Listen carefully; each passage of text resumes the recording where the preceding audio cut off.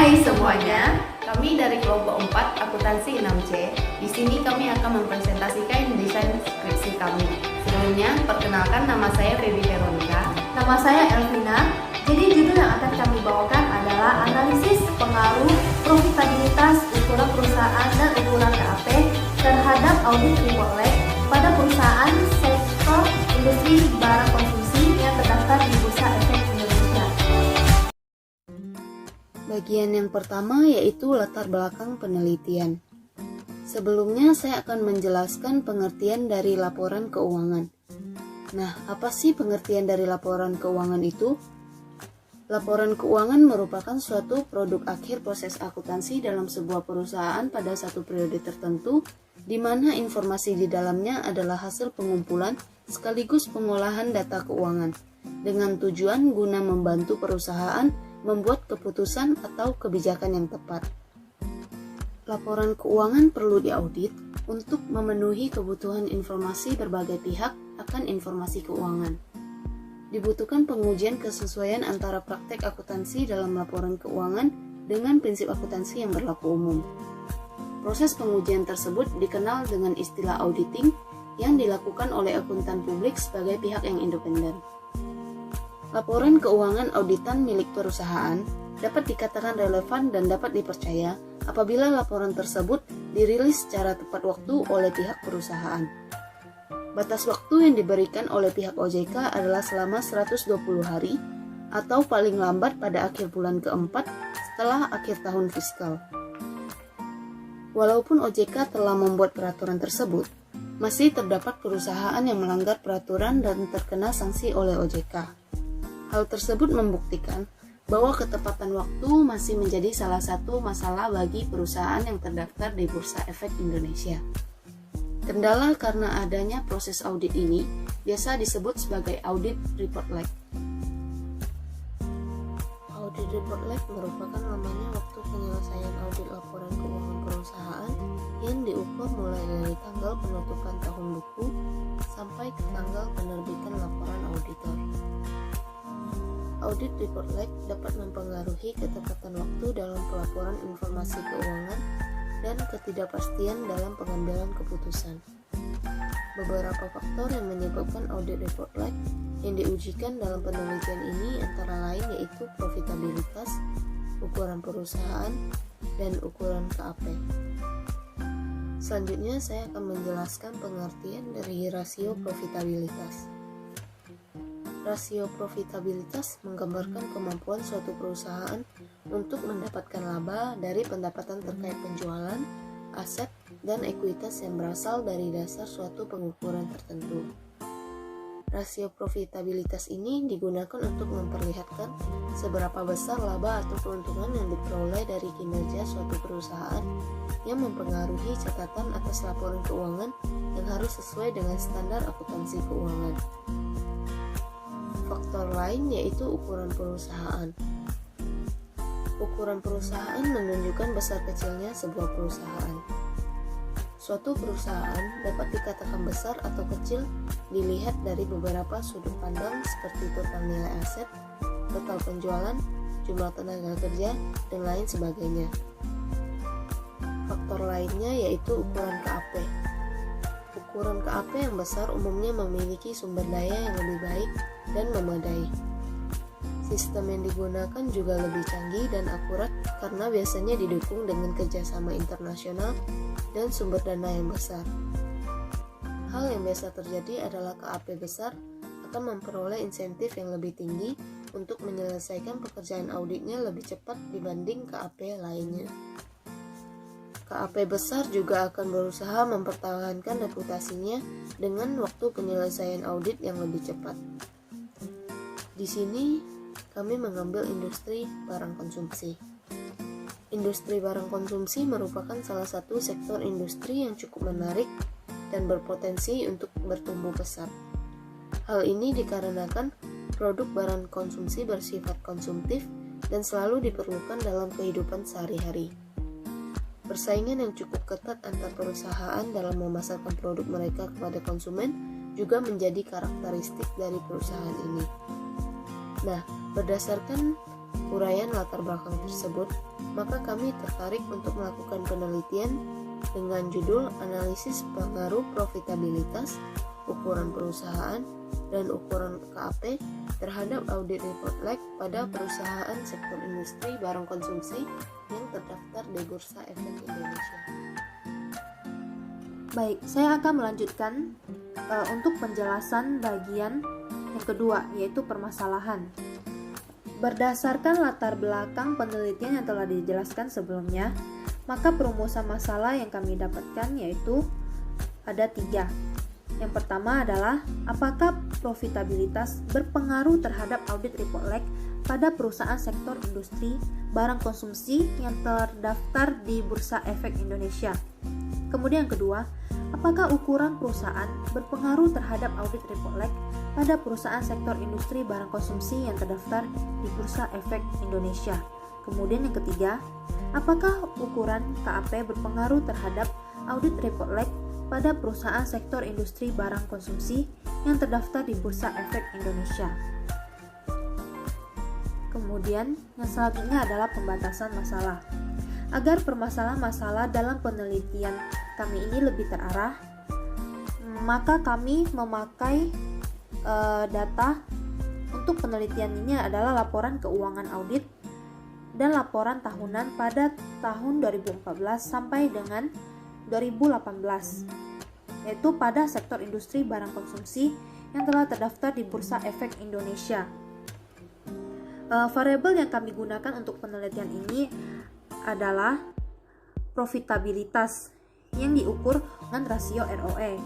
Kemudian ukuran perusahaan didasarkan pada total aset yang dimiliki oleh perusahaan. Kemudian ukuran KAP diukur dengan menggunakan variabel dummy. Kemudian yang keempat yaitu tujuan penelitian.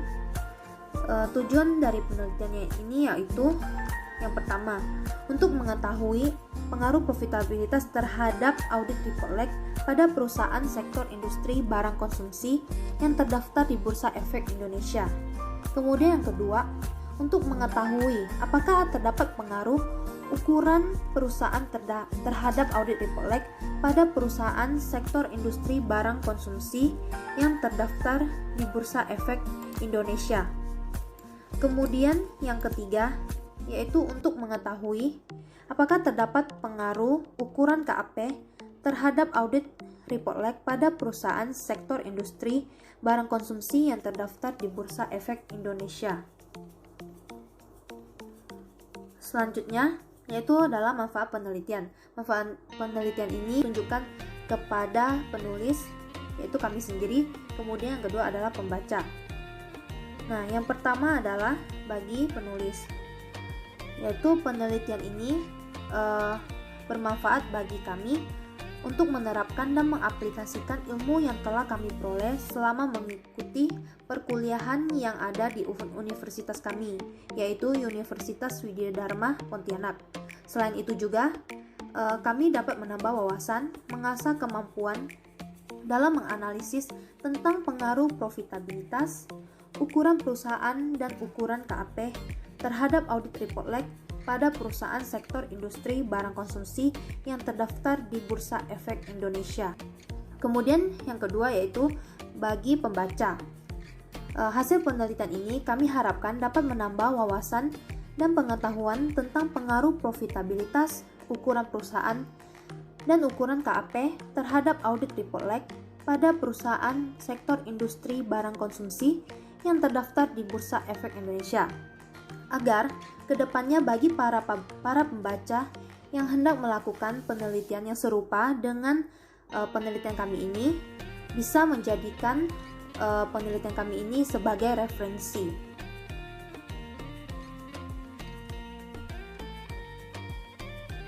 Bagian selanjutnya yaitu bagian kerangka pemikiran. Menurut Kasmir, secara umum dikatakan bahwa laporan keuangan adalah laporan yang menunjukkan kondisi keuangan perusahaan pada saat ini atau dalam suatu periode tertentu. Laporan keuangan harus diaudit agar informasi yang disajikan di dalam laporan keuangan tidak salah saji dan dapat dipercaya bagi semua pihak-pihak yang berkepentingan. Menurut Sukisno Agus, auditing adalah suatu pemeriksaan yang dilakukan secara kritis dan sistematis oleh pihak yang independen terhadap laporan keuangan yang telah disusun oleh manajemen beserta catatan-catatan pembukuan dan bukti-bukti pendukungnya, dengan tujuan untuk dapat memberikan pendapat mengenai kewajaran laporan keuangan tersebut.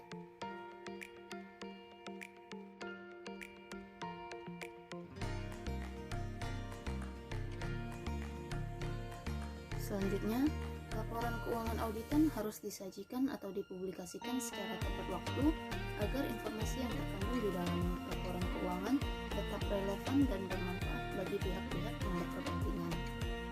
Keterlambatan dalam pelaporan keuangan dapat mengakibatkan reaksi pasar yang negatif terhadap keterlambatan informasi dan memunculkan ketidakpastian dalam pengambilan keputusan pelaku pasar yang didasarkan pada informasi yang dipublikasikan, serta secara tidak langsung dapat mempengaruhi perspektif investor pada kinerja suatu perusahaan secara negatif.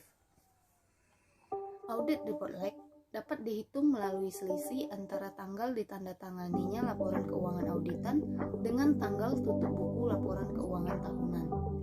Semakin lama auditor melakukan pekerjaan auditnya, maka semakin lama audit report lag, dan semakin lama audit report lag, maka semakin lama pula penyampaian informasi dari laporan keuangan kepada pihak-pihak yang berkepentingan.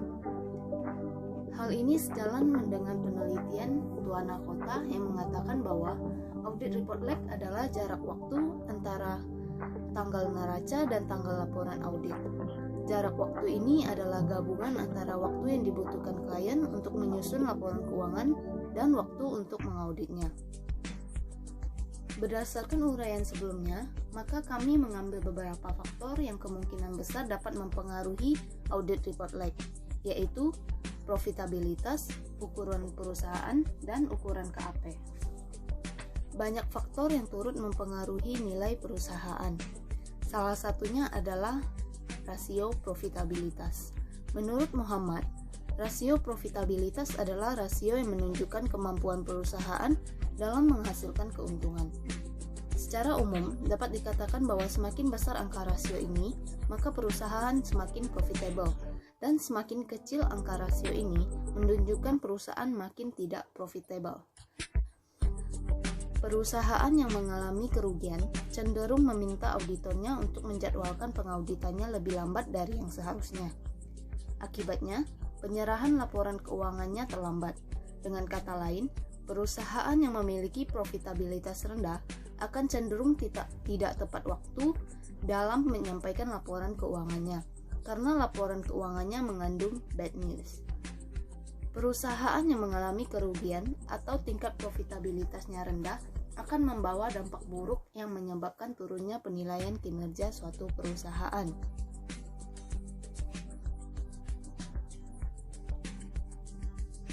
Selanjutnya, dalam upaya mencapai ketepatwaktuan laporan keuangan tahunan, salah satu hal yang mempengaruhinya adalah ukuran perusahaan.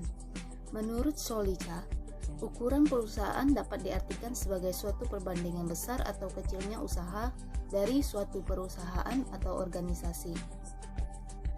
Pada dasarnya, ukuran perusahaan terbagi menjadi 3 kategori, yaitu perusahaan besar, perusahaan menengah, dan perusahaan kecil. Perusahaan berskala besar cenderung tepat waktu dalam penyampaian laporan keuangan, karena perusahaan tersebut dimonitor secara ketat oleh investor, pegawai, kreditur, dan pemerintah, sehingga perusahaan berskala besar cenderung menghadapi ketekanan yang lebih tinggi untuk mengumumkan laporan audit yang lebih awal. Selanjutnya, menurut Buchari dan Marita, KAP yang lebih besar umumnya dianggap sebagai penyedia kualitas audit yang tinggi dan menikmati reputasi tinggi dalam lingkungan bisnis, dan karena itu akan berusaha untuk mempertahankan independensi mereka untuk menjaga image mereka.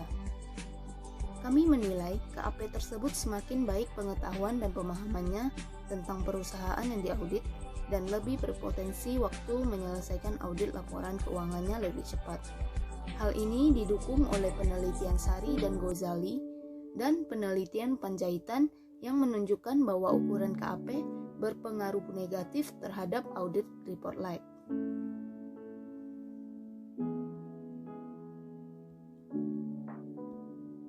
Nah, berikut ini merupakan gambar kerangka pemikiran, di mana menjelaskan profitabilitas, ukuran perusahaan, dan ukuran KAP yang mempengaruhi audit report like. Berdasarkan uraian kerangka pemikiran yang telah dijelaskan sebelumnya, maka hipotesis dari penelitian ini kami rumuskan sebagai berikut. Hipotesis pertama, terdapat pengaruh negatif dari profitabilitas terhadap audit report like. Hipotesis yang kedua, terdapat pengaruh negatif dari ukuran perusahaan terhadap audit report like. Hipotesis yang ketiga, terdapat pengaruh positif dari ukuran KAP terhadap audit report like. Kemudian yang bagian ke-8 adalah metode penelitian. Yang pertama adalah bentuk penelitian. Dalam penelitian ini, kami menggunakan bentuk penelitian studi asosiatif dengan metode penelitian kuantitatif dan kualitatif dengan bentuk penelitian asosiatif hubungan kausal. Sehingga dalam hal ini terdapat variabel independen, yaitu variabel yang mempengaruhi, dan variabel dependen, yaitu variabel yang dipengaruhi. Sebelum itu, pengertian dari penelitian asosiatif ini kami ambil dari pandangan Wagiran, yaitu penelitian yang menjelaskan kaitan atau hubungan antara dua variabel atau lebih dan tidak dapat memberikan bukti untuk menjelaskan variabel-variabel mana saja yang merupakan penyebab dan akibatnya. Kemudian, metode penelitian kuantitatif menurut Sugiono, yaitu metode penelitian yang berdasarkan pada filsafat positivisme yang digunakan untuk meneliti pada populasi atau sampel tertentu. Pengumpulan data menggunakan instrumen penelitian. Analisis data bersifat kuantitatif atau statistik dengan tujuan untuk menguji hipotesis yang telah ditetapkan. Kemudian, yaitu yang kedua adalah metode penelitian kualitatif. Menurut Sugiono, metode penelitian yang berlandaskan pada filsafat pospositivisme atau interpretif yang digunakan untuk meneliti pada kondisi objek yang alamiah, yaitu di mana peneliti sebagai instrumen kunci, yaitu teknik pengumpulan data dilakukan secara triangulasi, yaitu gabungan analisis data bersifat induktif atau kualitatif, dan hasil penelitian kualitatif lebih menekankan terhadap makna daripada generalisasi. Kemudian untuk hubungan kausal, kami mengambil sudut pandang dari Wagiran, yaitu hubungan yang timbul karena ada unsur sebab akibat. Kemudian yang bagian kedua adalah definisi operasional variabel dan pengukuran. Di dalam penelitian kami ini, kami menggunakan 3 jenis variabel penelitian, yaitu variabel independen yang merupakan variabel bebas yang menjadi sebab perubahannya atau timbulnya variabel dependen. Kemudian yang kedua adalah variabel dependen, merupakan variabel yang tidak bebas atau terikat, atau juga variabel yang variabilitasnya dipengaruhi oleh variabel lain, yaitu variabel independen. Kemudian yang ketiga adalah variabel dummy, merupakan variabel buatan atau yang sering disebut adalah variabel boneka, yang digunakan untuk mewakili setiap kategori yang berbeda dan mempunyai pengaruh terhadap variabel yang diujikan. Nah, variabel dummy ini memiliki 2 nilai, yaitu 0 dan 1. Nilai 0 itu melambangkan tingkat adanya koefisien, dan nilai 1 melambangkan terdapat koefisien yang berfungsi sebagai intercept tambahan. Sesuai dengan yang tadi saya jelaskan, variabel independen yang kami gunakan di dalam penelitian ini itu terdiri dari profitabilitas yang diproyeksikan dengan rasio ROA, yaitu return on asset, di mana rumusnya adalah net income ditambah after tax interest expense dibagi dengan average total asset. Kemudian yang kedua adalah ukuran perusahaan diproyeksikan dengan nilai logaritma natural dari total aset perusahaan, di mana logaritma natural dihitung dengan ln itu total aset.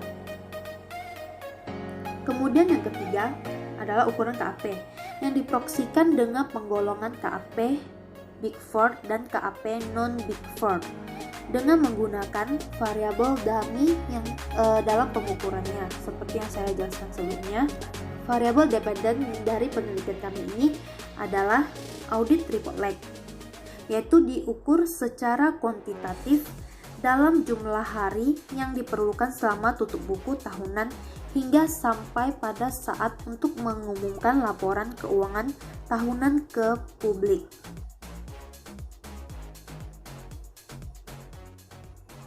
Yang ketiga adalah metode pengumpulan, pengolahan, dan penyajian data. Teknik pengumpulan data yang kami gunakan di dalam penelitian ini adalah analisis dokumenter dengan studi kepustakaan. Nah, di dalam penelitian kami ini, jenis data yang kami gunakan adalah data sekunder, yaitu laporan keuangan auditan, di mana terdapat instrumen penelitian. Nah, sebelumnya saya akan menjelaskan instrumen penelitian. Instrumen penelitian itu merupakan sebuah alat yang digunakan dalam suatu penelitian agar dapat mengukur setiap kejadian atau fenomena yang akan diteliti. Kemudian di dalam penelitian kami ini, instrumen yang kami gunakan adalah metode observasi terstruktur, di mana observasi terstruktur itu adalah pengamatan yang disusun secara terstruktur untuk mengamati subjek maupun objek dari variabel yang telah kami tentukan tersebut. Nah, kemudian populasi yang kami gunakan adalah perusahaan sektor industri barang konsumsi yang terdaftar di Bursa Efek Indonesia dengan populasi yang berjumlah 58 emiten atau 58 perusahaan. Kemudian sampel yang kami gunakan dalam penelitian ini adalah perusahaan sektor industri barang konsumsi yang menerbitkan laporan keuangan 5 tahun berturut-turut di Bursa Efek Indonesia selama tahun keuangan yaitu 2014 sampai dengan tahun 2018. Kemudian yang keempat adalah teknik analisis data. Nah, teknik analisis data ini terdiri dari 4 bagian, yaitu analisis statistik deskriptif. Analisis statistik deskriptif ini kami kutip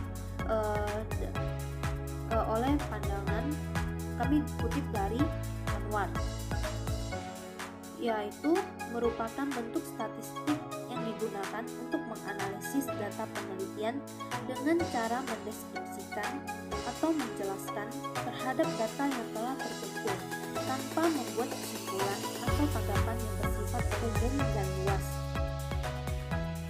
Yang kedua adalah analisis regresi linear berganda.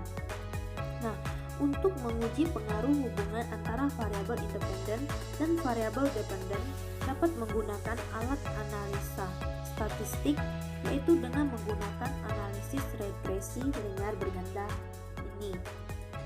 Nah, menurut Anwar, analisis regresi linear berganda adalah sebuah analisis yang memiliki 2 variabel bebas atau lebih dalam memperkirakan nilai variabel terikat dan dapat menyatakan hubungan kausalitas terhadap variabel bebas dan variabel terikat yang akan diuji. Yang ketiga adalah uji asumsi klasik, di mana uji asumsi klasik ini mempunyai 4 kriteria, yaitu yang pertama uji normalitas. Di dalam uji asumsi klasik kami ini menurut Hartono, itu yang pertama uji normalitas. Uji normalitas berguna untuk mengetahui apakah suatu distribusi data dapat dikatakan normal terhadap ketepatan pengujian statistik yang akan digunakan dalam menguji variabel dependen dan independen. Yang kedua adalah uji multikolinearitas. Uji multikolinearitas merupakan sebuah pengujian terhadap dua variabel bebas atau lebih dalam sebuah model regresi berganda untuk melihat apakah variabel tersebut mempunyai hubungan yang kuat atau tidak. Kemudian yang ketiga, uji autokolerasi merupakan sebuah analisis statistik yang digunakan untuk mencari pengaruh korelasi variabel yang terdapat di dalam model prediksi pada nilai sampel sebelumnya.